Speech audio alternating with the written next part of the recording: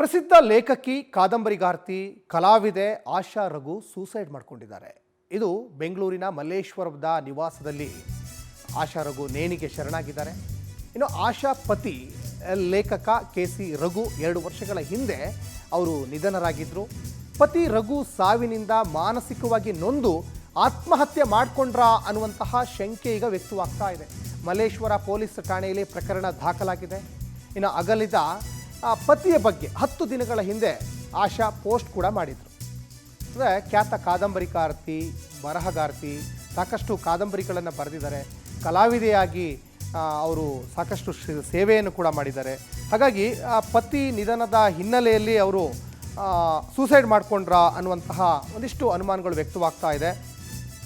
ಕಣ್ಬೆಳಕ ಕಂದೀಲು ಮತ್ತು ಬಾಳೊಂದು ಸುಂದರ ಕಾವ್ಯ ಕೃತಿಗಳಲ್ಲಿ ಆಶಾ ರಘು ಸಾಕಷ್ಟು ಫೇಮಸ್ ಆಗಿದ್ದರು. ಮತ್ತು ಜೀವನದ ಸೌಂದರ್ಯ, ಆಧ್ಯಾತ್ಮಿಕ, ಸಾಮಾಜಿಕ ವಿಷಯಗಳ ಬಗ್ಗೆ ಸಾಕಷ್ಟು ಗಮನ ಹರಿಸುವಂತಹ ಲೇಖನಗಳನ್ನು ಬರೆದಿದ್ದಾರೆ, ಕಾದಂಬರಿಗಳನ್ನು ಬರೆದಿದ್ದಾರೆ.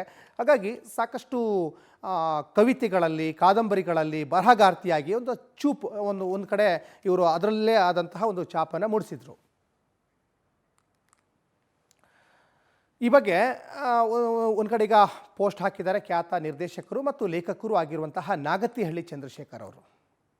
ದೃಶ್ಯಗಳಲ್ಲಿ ಕೂಡ ಗಮನಿಸ್ತಾ ಇದ್ದೀರಾ. ನಾಗತಿಹಳ್ಳಿ ಚಂದ್ರಶೇಖರ್ ಅವರು ಕೂಡ ಖ್ಯಾತ ಸಿನಿಮಾ ನಿರ್ದೇಶಕರು, ಜೊತೆಗೆ ಒಳ್ಳೆಯ ವಾಗ್ಮಿಗಳು, ಬರಹಗಾರರು. ಹಾಗಾಗಿ ಇವತ್ತು ಆಶಾ ರಘು ಏನಿದಾರಲ್ಲ, ಲೇಖಕಿ ಸೂಸೈಡ್ ಮಾಡ್ಕೊಂಡಿದ್ದಾರಲ್ಲ, ಈ ಬಗ್ಗೆನೇ ಒಂದು ಪೋಸ್ಟ್ ಮಾಡಿದ್ದಾರೆ.